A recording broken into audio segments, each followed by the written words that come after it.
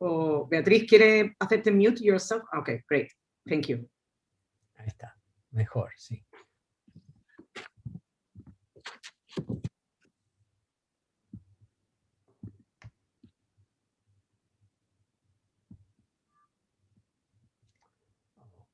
Ok, bueno, podemos comenzar entonces.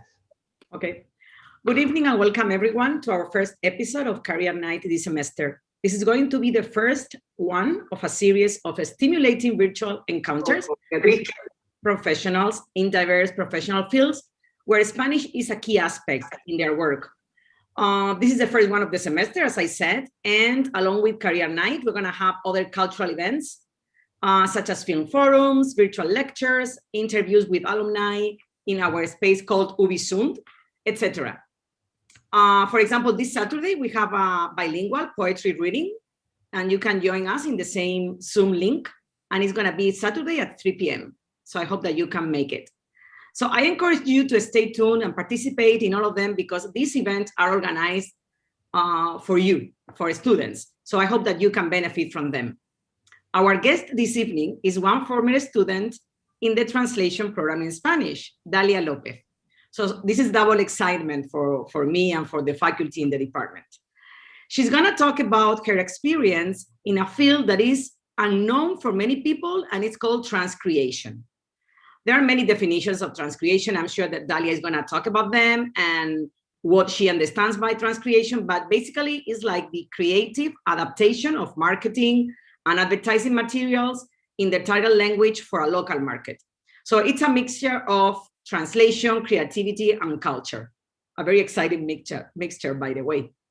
So she's gonna talk about that. And just to give you a short introduction of Dalia, she graduated from Montclair State in 2016 with a BA degree in Spanish and a concentration in translation. She also took classes in the certificate in translation and interpreting in Spanish at the graduate level the following year. She worked at Hogarth worldwide for 3.5 years under the Transcreation department as a project manager. And she's now working at Kraft worldwide under the Transcreation department as well, but now as a senior integrated producer. And she has been there working for 1.5 years now. She lives in Jersey City, New Jersey, and I am super happy and grateful to Dalia that you made time for us and that you're gonna share your work experience. So without further ado, I leave the floor to her. Welcome, Dalia, and thank you so much for being here. Yes, thank you so much. Thank you so much for that intro, and thank you to you guys too, the MSU staff, for having me. And this is a really cool, I guess, thing that you guys have going on every month. I think I remember you brought in a lot of people when I took classes with you, and that was so helpful to have. I hope everyone is safe and healthy and staying warm inside. But I'm going to start. You gave a little introduction about my background, but yes, I knew Spanish since I was little. My parents immigrated here, and I grew up learning Spanish and speaking it with them. I didn't learn English until I got into school. But I didn't focus too much into Spanish until I got to Montclair. I actually was an athletic training major first, and then I happened to take like a cultural Spanish class, and I just needed it as an elective, and I actually ended up really liking it and really falling in love again with Spanish and like that culture and understanding that. And I noticed that there was a concentration under that department for translation, and I thought that was really interesting because my whole life I've been translating for my parents when I was little. So taking those classes really like helped me kind of create my career path. So I picked up, so I decided to major into Spanish and concentrated into translation. And then I graduated in 2016. And then the following year, I did the graduate level program that MSU has for translation and interpreting for health, medical, and law. If you guys, I assume you guys still have that, but definitely I highly recommend to take that. It's a great year. It was a great year to just learn a lot more and kind of get practice, especially in those specific 2 areas. So shortly after graduating my undergrad, I decided, I started looking for jobs. I needed to get a job. So I looked everywhere. I tried out some freelancing here and there, and I tried to kind of look anywhere, any hospitals or like law offices I needed places. And then I started looking more into marketing agencies. Some of them had translation departments, which I didn't really understand because I didn't get to learn that portion as much in school. So I thought that was really interesting. And I got a call back from somewhere called Hogarth, and they needed they had a 6-month program for a intern or a entry-level position where you would work under one of their departments. So the department that they needed help with was the Transcreation and Translation department. So I quickly applied, and I went through interviews, and I ended up getting the job. And obviously it helped that I had Spanish as my background and that I had graduated with that major, and especially having the concentration of translation in my resume. And it was a great couple years working there. And the first 6 months I learned so much about just transcreation in general. So for those of you who don't know, Hogarth is basically a marketing agency, and what a marketing agency does is they're almost like a one-stop shop if you think about it. So if you go to them, if you're a client and you let's say you have a video or a script that you want to record for your new product or something, you can go there and say, hey, I need help producing this. I need to shoot this. I need a producer to help me record this and put it into a video, and then shipping it out to stations, so like TV stations, or if you need it for online videos. Now with new technology, we have videos streaming and like YouTube or Hulu. Sometimes those clients also needed to adapt those videos into a language. Now with being able to globally reach everywhere with the technology we have, a lot of clients are looking to reach globally. So Hogarth would help them produce anything across from videos to digital banners to print work, as in like magazines, or like if you see those out-of-homes that are on like the subway or like the billboards on the highways, things like that. So when I worked under the Transcreation department, I helped on those specific jobs that needed to be adapted into those different languages.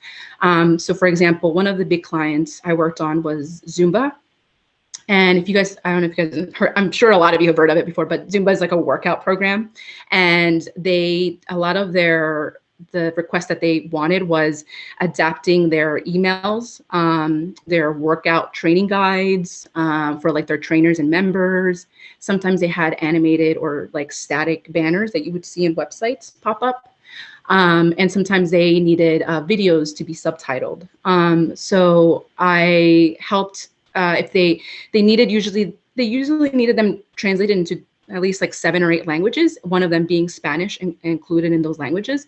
So for example, if an email needed to be translated, it usually would have kind of like those, you know how you get those annoying emails from if you sign up for a store and you get like those like sales or stuff, or sales from what they have going on that week. That's what we would translate. So usually the process would go, there'd be one translator who would translate everything, and then there'd be an editor who also is a translator, but they would just make sure that whatever the translation, whatever was translated was is grammatically correct, or if something was missed, just kind of having like a second eye to it. After that, then it would go to the client for any like feedback, kind of like how you do with the teacher. You send a teacher any feedback, and then you would get it back and adjust it as needed, or if it doesn't match the brand or the tone. A lot of brands like specific things. But let's say everything was good to go, then it would go into what we call layout. So for this example, it would go into like an email layout. So we would localize it into an HTML email and place that translation into that format. The team that would work on those emails, they don't always speak the language. So that's why sometimes you need a linguistic check. And some of these companies call it text control or a quality check or linguistic check, but basically making sure that the translation that was localized into these assets were correctly placed. So, making sure punctuation marks are correct, making sure they're not like put on the next line or missing. If in English, shop now is bolded, then it needs to be bolded in that language. So it needs to be bolded in whatever the translation or target is. things like that you never really think about. For Spanish, it was very easy because I was able to check it myself and make sure everything was okay. It gets very complicated when it's like more complex languages, like for example, like Arabic or like Korean or Japanese. Those have different characters, and sometimes like Arabic is read differently. So making sure that linguistic check is put in place definitely helps to make sure we're giving the best quality to the client. And also when the consumer is reading it, they're not reading everything all out of place. So that's something that I never really even thought about when I was learning about translation. Is like, oh wait, someone has to check the layout of this before it goes into being released into to the public eye. So that was a really great account to learn about how a process usually goes for like when translation goes through a marketing agency. Another big client that I worked on was P&G, and they own a lot of brands. They own so many brands, but the two main ones that I worked on were Downy and Febreze. I'm sure you probably have seen them and you've heard their commercials on TV. That one was a little bit more fun to me because it included transcreation. So for those jobs, we helped the clients adapt their English videos into Spanish US and then also French Canadian. So for those were a little bit more creative. The scripts, because they were scripts, they're meant to be a little bit more creative than a regular translation. So something we, in the marketing industry, we would consider translation would be like, if it was like the ingredients for like a cereal box per se, like those are, it's not creative copy. It's kind of straightforward. It's going to be translated exactly how it is in English. When it comes to like a script or let's say a tagline, like just do it, like Nike or something like that, it's going to be a lot more creative because it's not going to translate or adapt exactly how it would into a different target, or there's just many ways to say it in a different language. So for scripts, it took a little longer because it needed to be, we would transcreate it, and then when we would transcreate it, we would offer different options for each line to make sure it fit not only the length of the spot, but also it matches the messaging that the client is showing. I have an example to show you so you guys have a better understanding because I like to work visually. I can control this, right, yes. Raul? Okay, cool. So give me 1 second. Let me just share my screen with you guys.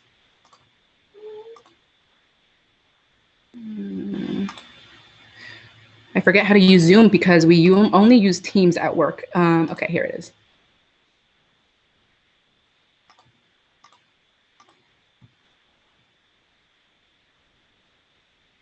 Okay, I think you guys can see, right? Yes. Okay, now you see yourselves. Okay, great. So this is how we would. This is for a script that I worked on here at my current job, but it's the same across other places that do transcreation.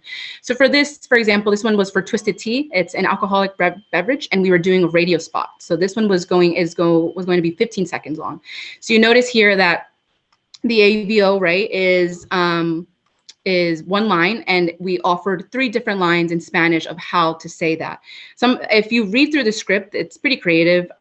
Twisted Teas, hard iced teas, is here to remind you that not everyone at work hates Mondays. So I don't know how many Spanish speakers talk about Mondays, but that's something that Americans talk about, how Mondays are the worst. So and then it keeps getting a little bit more creative. Some people like Todd don't do anything all weekend, so they love coming in Monday and hearing your stories of wicked adventures. So go get some Twisted Teas and meet your friends at the lake. Have fun. And it keeps going. After all, you're not doing it for you. You're doing it for Todd. You're all he's got. Twisted Tea, hard iced teas, be a little twisted. So here it's kind of like showing the consumer like it's okay to like be hungover or on Monday, and like you are giving the story to Todd that you like did this because Todd has like a lame life or whatever it is. So it's very creative. It's like telling a story. So that's what we have to do in Spanish too. We have to tell the story and keep that messaging in Spanish. So of course, this one's a little like, it's creative, but it's not as, we don't have to, it's easy to adapt and easy to make it similar. There's been other scripts that I've seen that are very hard, and it kind of almost has to be like copywritten almost again. So it like matches, it matches what the English is trying to say, or doing, or something, or a script that would relate better to the consumer. So as I said, usually what we do is we provide up to 2 options. Here we provided 3 options. And then there's a back translation, which means a lot of these clients don't know the language, so they like to have the back translation so they know what is being said in that target language. So it's almost kind of like it's a reverse translation, kind of showing them, okay, this is what the target is saying. And then there's any notes that usually the client might make, or the linguist might make, to kind of tell the client, like, this is the reason why we did this, or this is why this was done. So that's usually what like a transcreation job would look like or work like in a marketing agency, or if you ever were to do one for someone. That's what they expect from you, is giving them multiple options. Usually one being like the most relatable, like the one that hits the English, and then third kind of like going a little bit outside the box. So that's usually what that looks like. And we did, after doing the transcreation, I'm going to stop sharing now. After doing the transcreation, we cannot hear. We can watch your video. Oh, there it is. Sorry. So after doing the transcreation, we would, after going back and forth with the client, trying to make sure we did, if there was any feedback or anything like that, once we like finalize a script, we move on to the production side. So that would mean doing the recording of that video or radio script, we'll say. So another cool part about that is that I get to sit into the recording and make sure that the recording is being recorded, the script is being recorded correctly.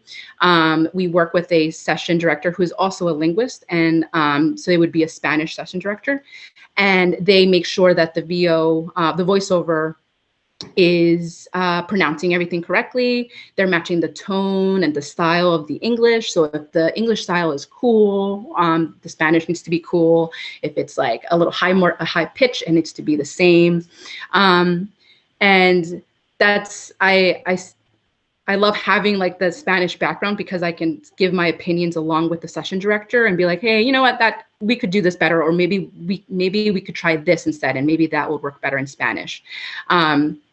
So that's really fun to just kind of be in the behind the scenes of like how it's created and how it's made for the Spanish version. So after that's done and everything is good to go, and the client is happy with the takes that have been recorded, it moves on to like a video production. So it's the audio is placed onto the video, and the video itself has to be updated. So that means the supers, also known as like the text on screen, has to be updated to Spanish. So like if it says new, it would say nuevo, or if it has a legal line on the bottom, it has to be updated. Anything like that has to be updated into the different language. So that's, and sometimes even like the product, sometimes not all clients, but some clients go even more in depth by updating the front shot of the products that are shown. Sometimes those have to be translated as well. So yeah, so it's that job, that account was really awesome, and it made me appreciate more video work. And that's more of what I do now at Craft, because I liked it so much at that job, and I did really well at those jobs because I had that Spanish background, and I was able to not only communicate with, like, for example, the voiceover talent or the session director, but also with the teams that we would work with. We would work with our Mexico studio, and they spoke English, like they were part of our team. They worked on like the video production, but they preferred to speak in Spanish. So it was great to speak to them in Spanish and kind of like practice with them and learning with them about video production. So that was really awesome to do.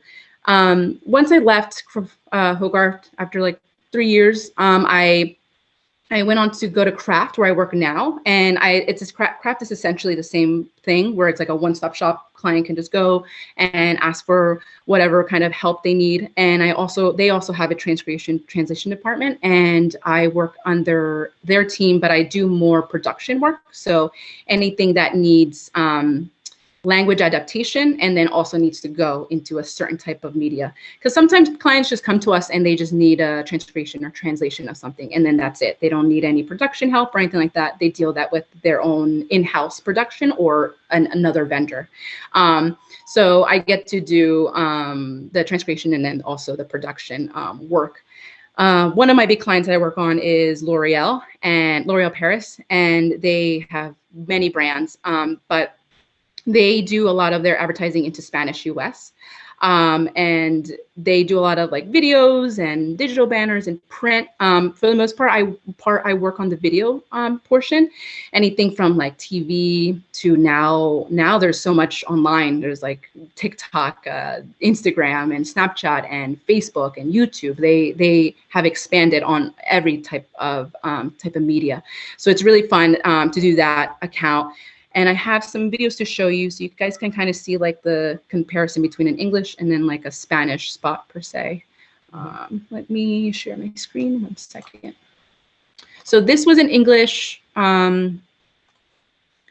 spot we did for a mascara called Bambi Mascara. And I think it was like last year that it was released, or sorry, 2019 that it was released.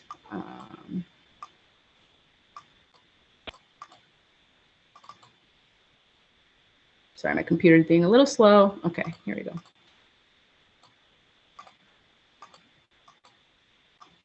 Okay, let me share my screen.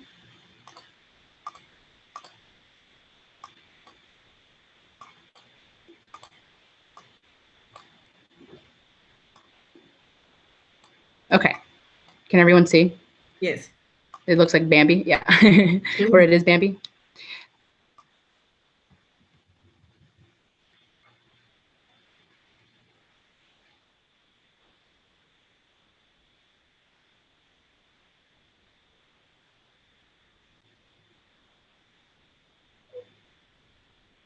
Could you hear the sound too? No. No? No sound. Oh, no. It's not playing right now. One second. Do I need to share like my audio, I think? Right, yes. I think Yes. so. Click on that button to share the audio and video. And you know what? It might be that you, for copyright reasons, maybe you cannot share it because we are on YouTube.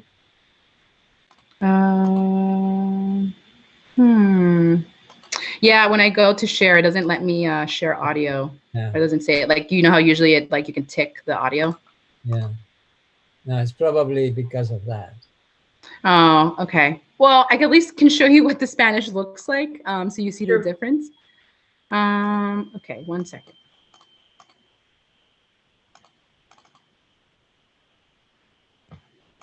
And I can also share this with you so you can just like, you know, have it to show if you ever need to.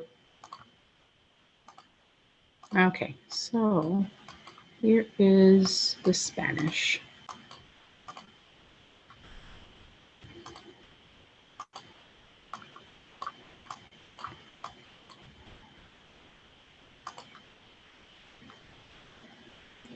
So you notice that from here we have to. We cannot see anything. No? No. Sorry. What is happening? Okay, 1 second.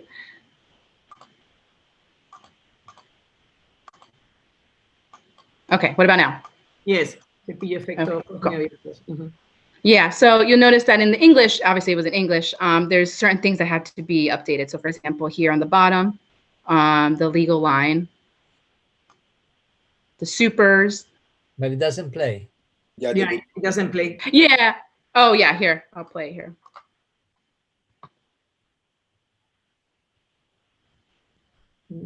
No, it doesn't. It doesn't. Oh, so strange. I'm sorry, I don't know what's happening. Well, I think it's because of. Because that. we're streaming that in YouTube. Oh, I see. Okay, that's fine. Don't worry about it. I can always share with you so you can see. But yeah, so videos usually like the text on the screen needs to be updated, and that's what I was trying to like tell you guys. But let me just stop sharing and start my video. So yeah, so after something had to be recorded or anything like that, it had to be placed into the video, and you get the idea that everything on the video needs to be updated into the different language. In this example, it would have been Spanish. But yeah, so that's something we do for L'Oreal. And then for Geico, which I think is one of my favorite things to do for a client is I work on Geico. I'm sure you guys have heard of Geico before, but you know how Geico is always like very, if you ever seen the commercials, they're very funny. They're very sarcastic. They're very, sometimes they're very like targeted to the English market. They have jokes that like everyone is talking about. They're very up to date to what's going on because that's how they sell their product or their insurance. So we do something called cultural review for them, or cultural insight. Some people call it too. So sometimes they need to, a client will come to us and ask us, hey, we have this idea or this campaign that needs to go into a different market. So for Geico, for example, they have a lot of video and radio scripts that need to go into Spanish for the US. And they, instead of like wasting all this money in case the script doesn't work, they want us to almost do a preliminary check to make sure that those scripts would resonate to the Spanish or Hispanic market, because it will work for their general market, but they don't have much of a sense how much it would work for somewhere here. For the US for the US, I think it's a little easier because I think everyone's kind of like knows what's going on, but it's a little harder for like different countries, but it's still very important, I think.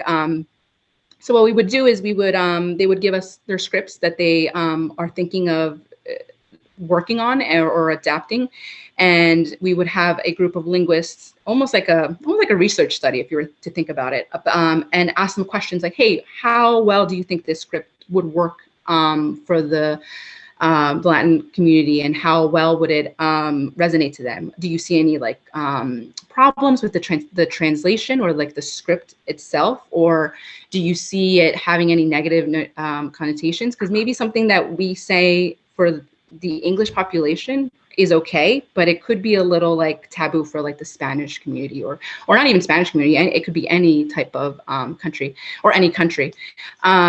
So excuse me. Sorry for interrupting. No, it's okay. I'm really confused about how can we reach these people, because I'm currently an undergraduate student and I'm minoring in international relationships, and it's very interesting what you're saying in every sense of the word. So I'm just trying to say, like, how can you reach out to the people or companies to be able to work for them that way?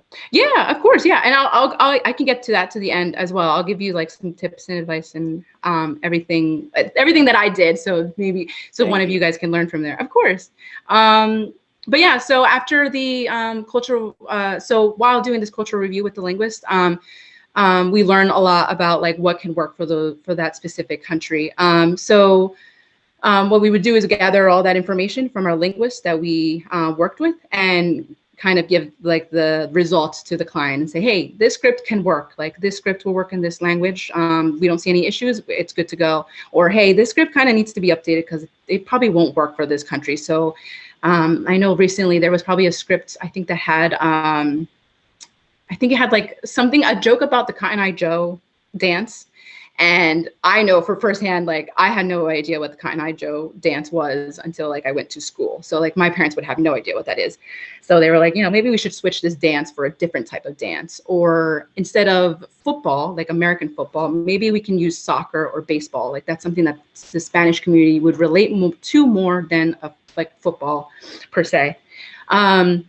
So things like that are super important for the client to kind of understand what consumers they want to reach to, and also so they don't waste like millions of dollars on this campaign that they want to globally do. So it's a really fun job or service that we provide to these clients to make sure they are understanding who they're trying to reach to. So those are the ones that I have the most fun with, because my Spanish background helps me kind of give a preliminary check for them and explain it a little bit better for them, because a lot of clients don't speak the language, and they kind of need to be we need to like kind of teach them a little bit, like, hey, this is how language adaptation works. And also kind of putting myself, even when it's not even into Spanish, even if it's going into different like languages, I can at least kind of give them like a heads up, like, hey, I think this might not work in French, or I'm going to double check if this will work in maybe Chinese, but from what I know, it might not work in this market, or it might be too long, because as we know, French or like Spanish are like way longer than it is in English or in another language. So those have definitely helped. My background and my skills have definitely helped me with those jobs. And then back to Nico, as you were asking me about what to do, some of the tips and advice I guess I can give you from what like I've learned is, I would definitely just reach out to a bunch of everywhere, because that's what I did. I like reached out everywhere. I can even give the professor a list of places that would be great for you guys to reach out to, so you guys can apply when you guys get a chance, when you guys graduate. But definitely reach out to, hospitals and law offices. There's so many marketing agencies, not just Hogarth and Craft are just the only ones. There's many. And now I think as we have all learned with COVID, you can literally work from anywhere. We all are very capable of doing that. So a lot of these places have global offices that you can work for remotely. Being a translator is definitely, I think it's a very like nice remote job that you can like do it anywhere and just send it in an email. So that's definitely something I can give you guys like a list of places you can look into. And if I see or hear of anything, I can obviously recommend it to you guys.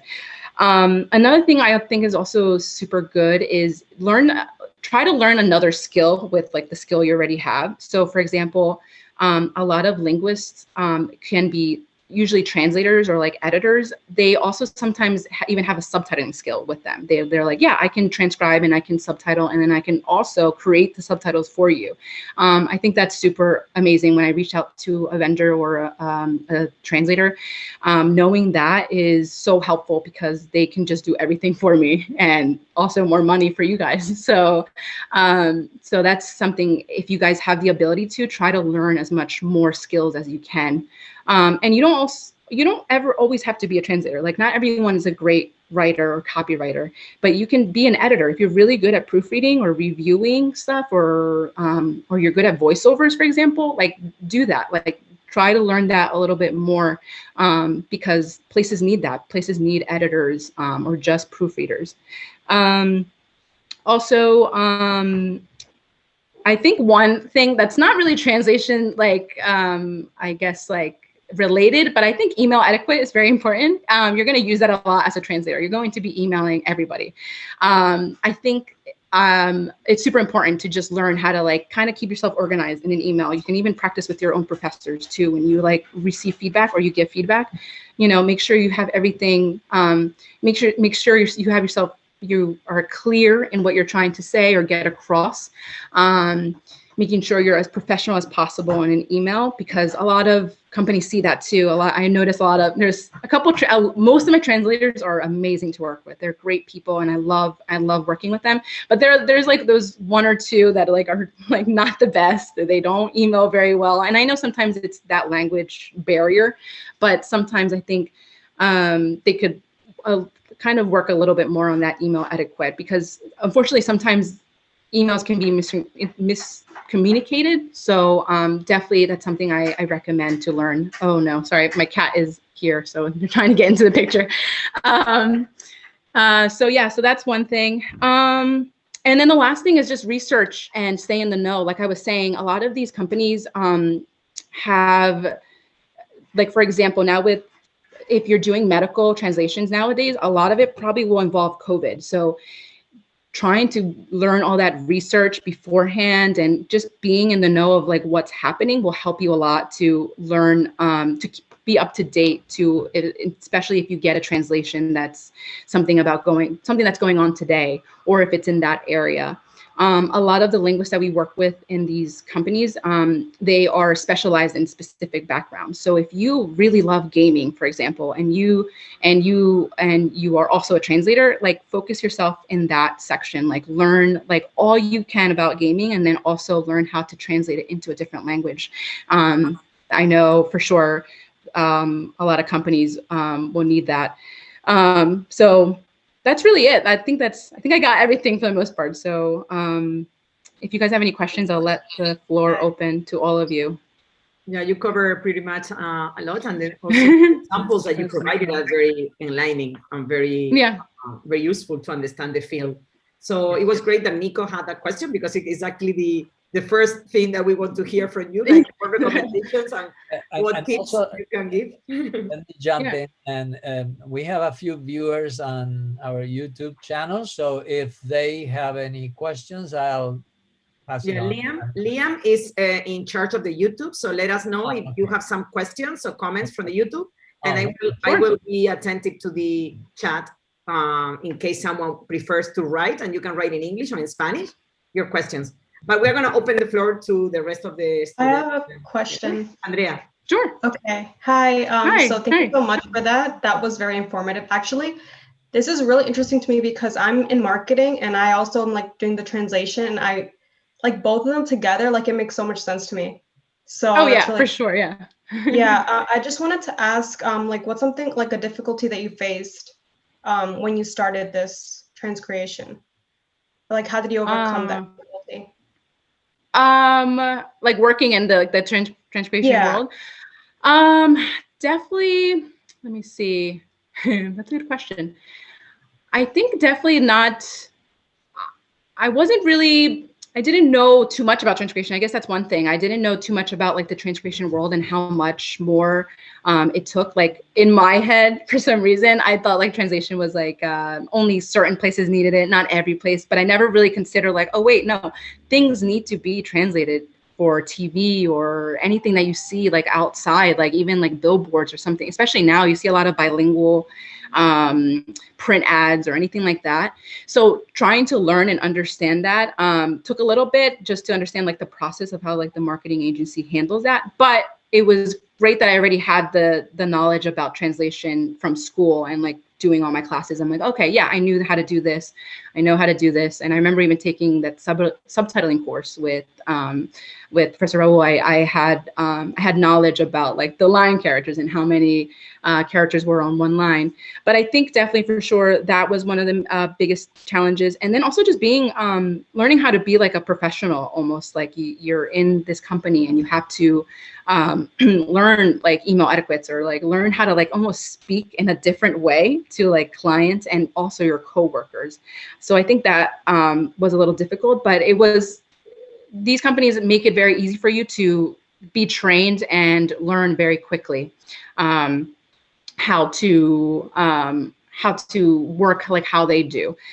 So don't be too scared if you ever go somewhere and you don't know what to do. They will train you and they will show you how to do it and how to work in that position. But yeah, that's Thank you. There is a question in the chat. Yeah. Dr. Antenos, who is one of the teachers, one of the professors, a new major in language, business, and culture, which is a new major that we have in the college. Okay, cool. And she says that, thank you so much for the great presentation, Dalia. And she was wondering if you ever work in multilingual teams, not just Spanish, English. Yeah, yes. Oh, yeah. Sometimes I have to work. Some jobs have like so many languages. I think the most I ever had to work one was like, I think it was 20 languages I had to do one time. We had to update, I think it was like this code of conduct for like our internal company, and it had to go into different languages.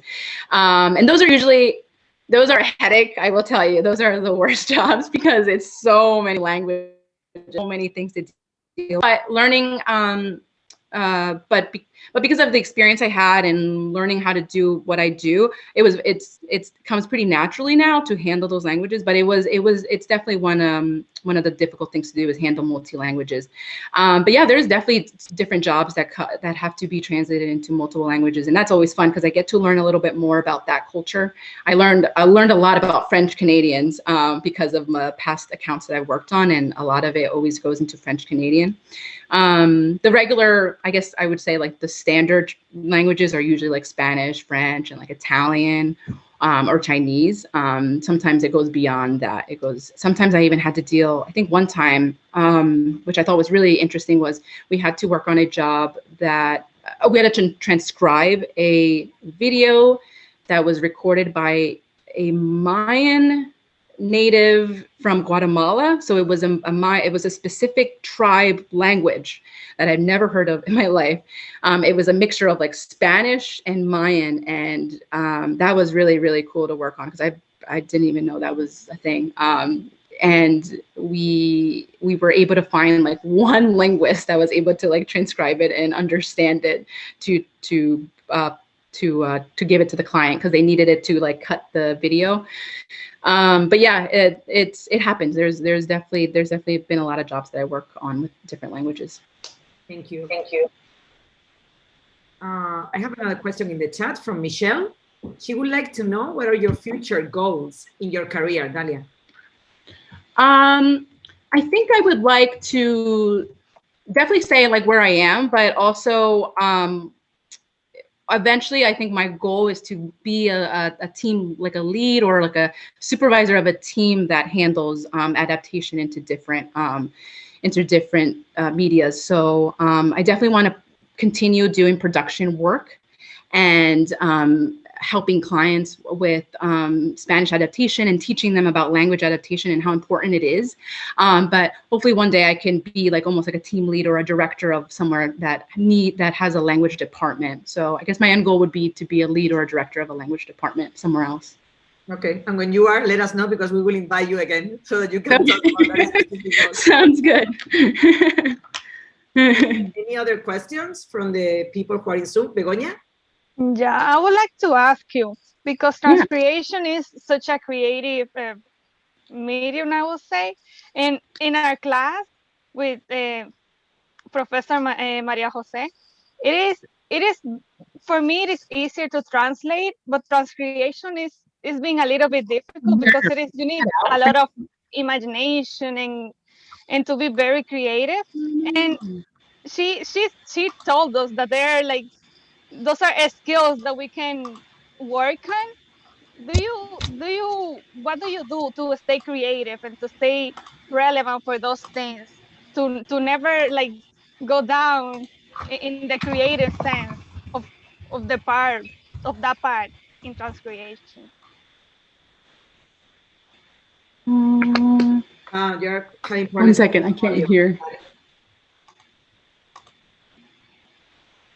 Can you hear now?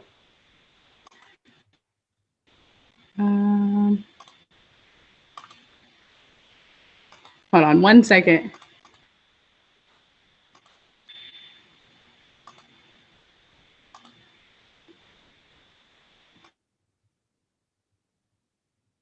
So sorry, my audio went out.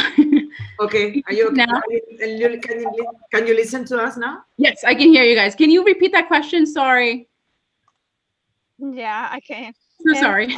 I was telling you that in our class, I have always been better in the translation part than the creative part of translation. Okay. Transcreation is such a creative job, and I wanted to see, like, to know what are your tips or what things you do to stay creative in your job, to basically to nurture that part of transcreation, because translation, you know, that part is very creative and you need a lot of imagination too. Oh yeah, for sure. Oh my God, yeah. I give so much props and credit to people that are creative thinkers and that are copywriters, basically. But I think the best thing is, like I said before, definitely do your research. Like be, if there's a specific area, like creativeness, if you like that area, definitely read a lot. Read as much as creative things that you can think of. Take creative workshops. I know they have so many different types now online for free. You can find. You should even take, even if you take like English, like copywriting workshops, that always helps too. And just being in the know for everything, kind of learn about everything possible that's going on culturally, like in America, and then also in Spanish. I know it's hard because we're in the US, so a lot of our stuff is like mixed in, but definitely try to get yourself more knowledgeable in what's going on and culturally, you know, by watching maybe more Spanish like TV, where it's like more of like maybe watching more of those news and maybe any like hosting shows or anything like that. Just because I feel like little things that you hear here and there, that's how you'll like formulate more creativeness to your work. Yeah, I think those are what I can recommend. Yeah, I think that's it. Yeah. And what are like a vague question, but like what are like do's and don'ts in this market? Like things that you shouldn't do and things that you should always do, and like a standard for it. Or like a translator? Uh-huh. Let's see. Do's. Answer my emails as soon as I email you, because I have urgent jobs all the time. No, but definitely be on top of your emails. I think communication is a big one. I know sometimes I'll reach out to again, client, like it's all fun and games until like the client needs something like in 2 hours, right? So there's always a possibility that there's a job right around the corner. So definitely be on top of your emails, making sure that you have like an email. You can even make email just for translation, so you don't have to mix it with your personal one, but definitely do that.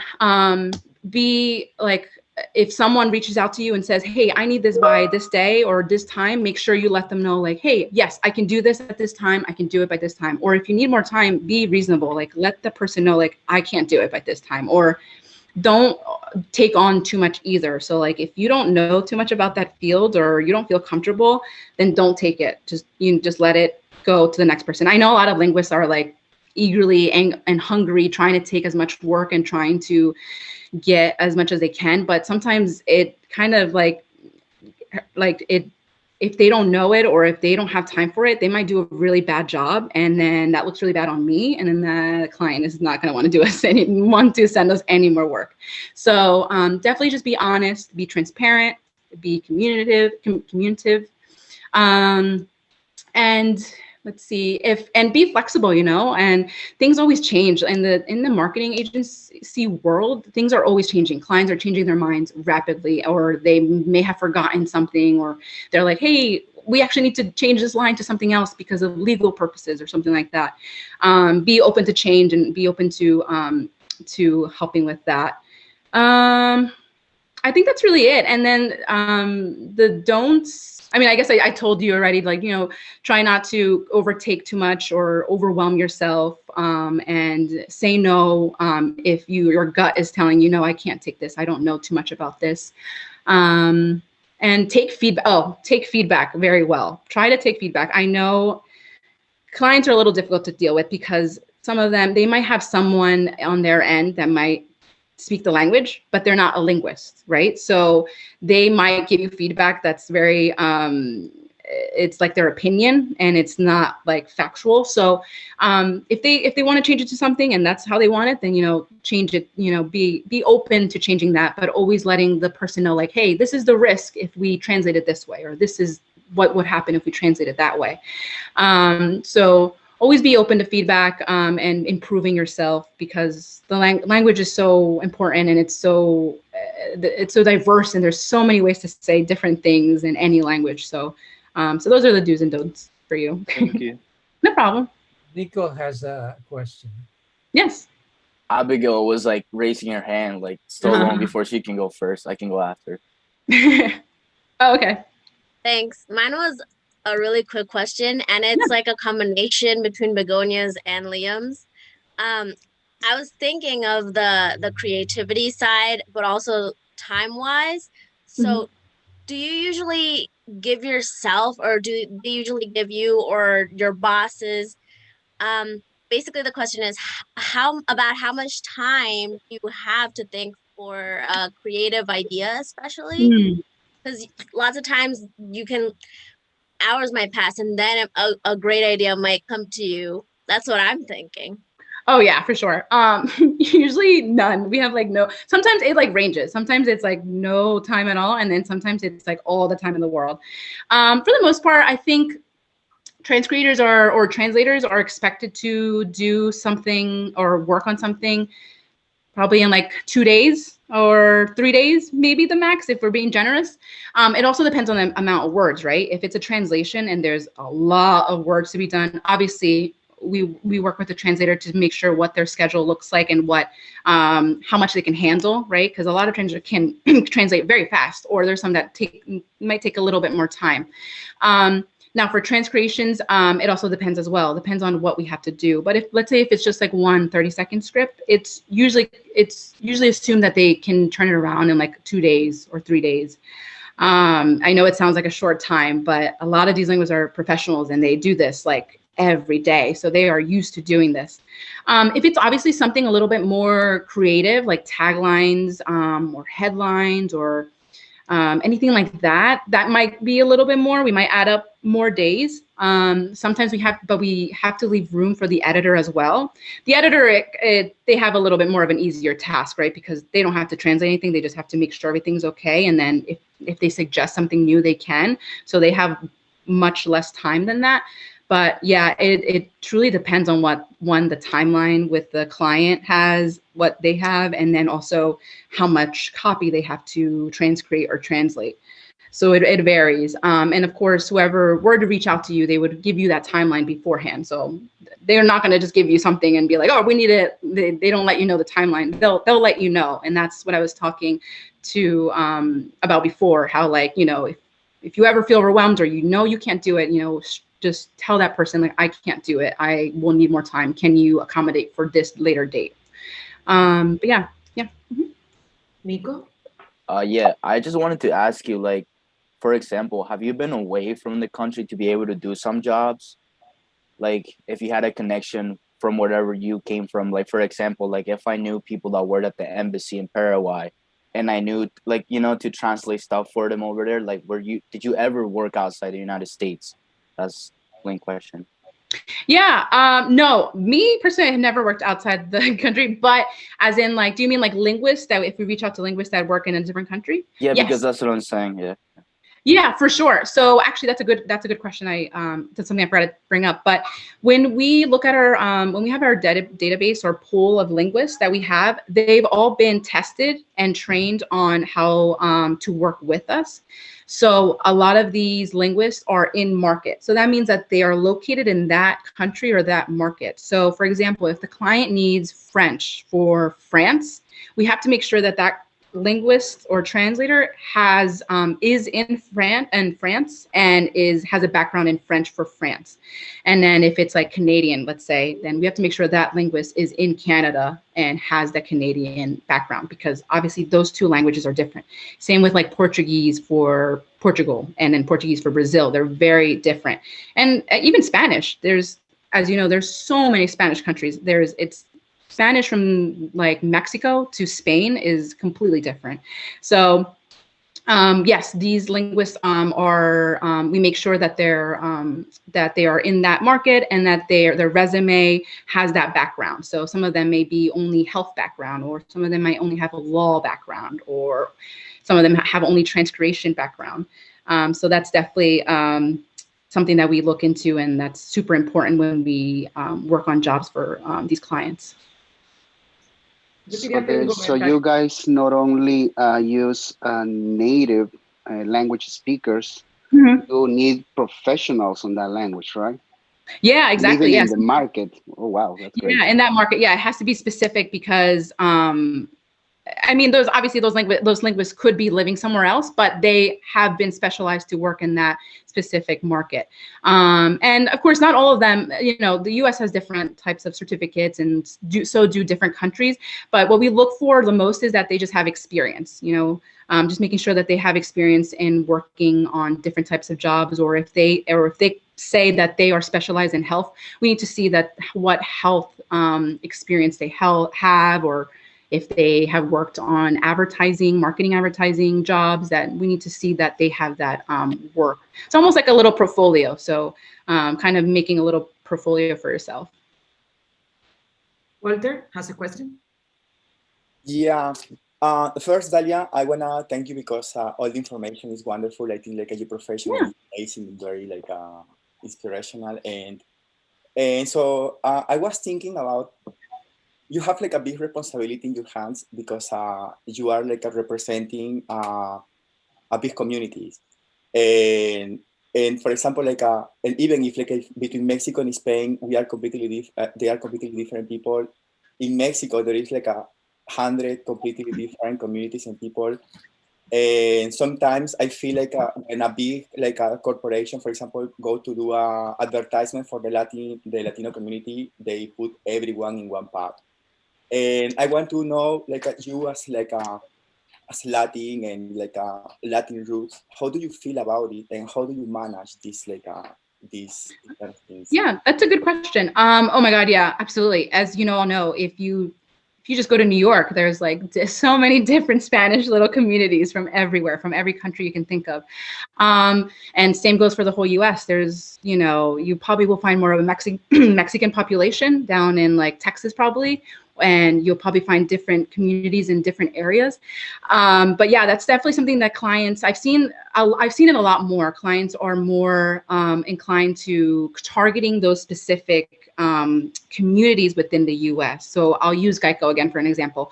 They have, sometimes they do radio scripts that target like those specific places because they know that most likely that's where they will be. So like if it's like a Texas area or like Southwest area, is probably going to be a little bit more Mexican community, and then probably like Florida, probably more a Caribbean community, that's Latin community. So I've seen a lot of clients be more open to kind of targeting those specific areas with what they're trying to sell to them. And then I've also seen clients that don't care. They're kind of just like, it's Spanish, who cares, like kind of thing. And that's where I'm kind of like, oh no, like that's not how it works. But I can only say so much because they're giving me the money. So, and that's what we'll be like, okay, let's keep it general. Let's keep it at a Latin American, because in a nutshell, there's a lot of Latin Americans here in the US. So we always try to kind of generalize it for them, or kind of recommend to them like, hey, we recommend like you should do this instead of this, or like maybe we should split this translation into two parts, you know, one for Europe Spanish and then one for the US Spanish. So it depends. There's times where clients don't care, and then there's times where clients do care. And I'm happy that I can kind of be that voice a little bit for the Latinx community, because I know it can be hard, you know, when you're trying to, it's hard, like if you can't even understand a commercial and you're trying to get it, or you really like that product. But yeah, so that's kind of how I deal with that. I try to give as much as I know culturally, my knowledge to them, so I can teach a little bit more to somebody else. Yo tengo un comentario que quería hacer, lo voy a hacer en español, también porque estas sesiones son como bilingües, ¿no? También para dar paso si alguien quiere una última pregunta en español. A colación de lo que ha dicho Begoña, de la creatividad, hay un gran debate de si la creatividad se nace siendo creativo o es algo que se puede fomentar y se puede aprender, ¿no? Y entonces yo en mi clase de traducción ahora, que estamos viendo la Transcreation, a mí me encanta este libro que se llama El gimnasio de la creatividad. Es un libro de Joaquín Monzó Sánchez y habla del método de las 5 rutinas y habla de una serie de ejercicios concretos que fomentan la creatividad, ¿no? Entonces, yo creo que sí, Begoña, que muchas veces decimos, es que yo no soy imaginativo, porque pensamos que los únicos creativos son Picasso, Steven Spielberg y como la gran estrella. Y hay muchísimas personas que han hecho muchísimos inventos a diario, y eso es ser creativo. El que se inventó el martillo con una piedra y un palo de madera, eso era ser creativo. O sea, que no toda la creatividad van a ser obras de arte o un Beethoven o, como digo, un Picasso. O sea, hay muchos niveles de creatividad, pero hay que fomentarla. Y yo sí que soy a favor de que no es, como dice Begoña, yo no tengo imaginación. Sí que tienes, seguro que tienes. Lo que pasa es que hay que sacarla a flote. Desde ejercicios físicos específicos para cambiar ese lado del cerebro que potencia más la creatividad, que lo recomiendan en ese libro, hasta otro tipo de cosas, como decía yo en clase el otro día. Dime en 30 segundos 5 nombres de mujeres que tengan la letra M y F, por ejemplo, o combinaciones raras, o invéntate un final para esta historia. O sea, hay miles de ejercicios que sí fomentan la creatividad, y yo me pregunto si empresas como Hogarth o como Kraft, si tienen ese espacio. Tú has dicho que hay creativity workshops, ¿no? Yo, por ejemplo, ahora mismo estoy intentando crear un curso sobre Transcreation, porque es un tema que me apasiona, ¿no? Todo lo que tenga que ver con creative thinking in translation. Y me preguntaba si las empresas tienen algún mecanismo para fomentar eso? Para promover la creatividad o juegos o encuentros creativos o talleres. ¿Tiene algo de eso, Craft? In a nutshell, that was a long comment, so but I will try to synthesize it. And so basically, it's, are we born creative or can we become creative? And if those companies have any activity to promote or to help translators to work their creativity. And by the way, Dr. Garcia Vizcaino will have or will create a course on transcreation. So stay tuned. Looking forward to it. Thank you for the interpretation. I'll do some Spanglish as well. Sí, por supuesto, yo creo que es verdad. Yo creo que es importante que todo el mundo abra un poquito la mente para aprender. Pero sí, en Craft sí algunas veces tenemos workshops de otras, de creativity workshops que podemos atender y aprender un poquito más de cómo estas diferentes marcas hacen comerciales y qué es el mensaje que quieren mandar a todo el mundo. Y también tenemos como cursos en LinkedIn. Tenemos como un especial program en LinkedIn donde aprendemos, donde hay millones de cursos que podemos tomar, que no solo es de creativity, puede ser de cualquier otra cosa también. So, tenemos cursos que son free y uno puede ir casi como TED Talk, algo así, donde uno puede escuchar o aprender un poquito más. Y ellos siempre quieren que uno crezca más y piense más. Y como el profesor estaba diciendo que creativity no solo es de escribir y escribir o pintar o algo así. Algunas veces creativity puede ser algo como muy pequeño, como aprender a cómo hacer algo un poquito más rápido o more like efficient, o algo, maybe tenés una nueva idea para cómo hacer un proyecto más rápido o en una nueva manera que otra persona no ha pensado cómo hacer. Cosas así algo así pequeño es creativity. Y yo no soy I'm not a very creative person, but I definitely like to learn how to do something a little bit more better and efficiently, or better than what I saw it before. So I think that is super important. And yeah, as I was saying before, Craft offers different courses and different workshops that you can learn how to kind of turn on that creative brain, and not even just creativeness, other things, how to be more maybe work better on specific brands. Sometimes brands even come, like a client will come to our job and explain like more of their messaging and their background. So that way, when we're working on their projects, we can kind of get a little bit more into their shoes and understand like where they're coming from, kind of thing. Yeah, that's a good question. I have a question. I don't know if it's my turn or not, but anyway. No, go ahead. So, and speaking of creativity and all that, can you think of a class that you took when you were studying that when you did take the class, you thought that it was totally useless and not connected to your career or to your goals, and then after a while you discovered that, that gave me tools that now I can apply? Yes. One of my favorite classes that I took was Profesora Vizcaino. I don't know if you still have this, but it's the negotiation one. Negotiation skills in Spanish. Yes. Oh my God.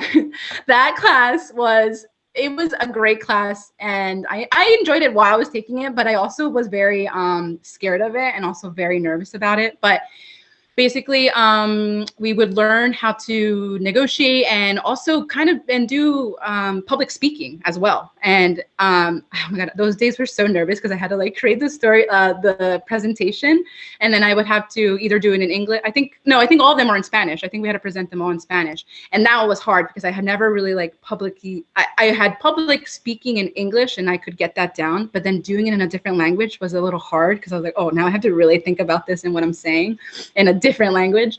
That class, even though at that time I like was dreading doing it, now that I look back, I'm like, oh my God, that class was so amazing because not only did I learn public speaking in general, but also public speaking in another language, first of all, and then also negotiating. I remember there was some parts where we had to like kind of negotiate with each other, kind of like on like a business deal or whatever it was. In my head, I was like, when am I going to use this? Like, when am I going to be negotiating with someone? But you're going to always be negotiating with someone, especially like linguists. I always have to negotiate with linguists, like either if it has to be with cost or if it has to be with like timeline or if it has to be with our different creative ideas of what we're looking for. Or sometimes I have to tell them what the client thinks and then they're like, oh, well, I don't agree. Well, I'm like, okay, well, we need to meet in the middle. Or even negotiating with my own coworkers, kind of like telling them, okay, well, this is what I feel and this is what I think we should work on this, how we should work this job, and listening to them. And also even like your own profession, you'll have to eventually negotiate with your own boss, or if you're interviewing for a job, you'll have to negotiate for a salary or what you're looking for or something like that. So that class was definitely one of my favorites that I took, and I look back and I'm very happy that I took it, and highly recommend as well if anyone is looking to learn a little bit more about that. Thank you. I think that we maybe start wrapping up, so I don't know if there is any other question or comment. ¿Hay alguna otra pregunta o comentario? Profesora, ¿de dónde sos? Yo soy de España. ¿De España? ¿De qué parte de España? Yo soy de Almería, una ciudad en Andalucía, en el sur. Sí, yo tuve un profesor de español y él hablaba como vos, pero él era de Cataluña. Cataluña, ajá. Sí, castellano, sí, ¿no? Un poco distinto. Okay, so thank you so much for everyone, especially to Dalia, for sharing your time, your experience, and your recommendations in the field of transcreation. Stay tuned, as I said, about other possible cultural activities, and enjoy your evening. Yeah, thank you, everyone. It's so nice seeing you all. Thanks a lot. And subscribe to our YouTube channel if you want to be informed about next cultural activities. Do it. All right. Thanks. Take care, everybody. Thank Bye. you, Dalia. Bye, everyone. Thank you. Raúl. Thank you, professors. Bye-bye. Thank you, everyone. Gracias. Gracias.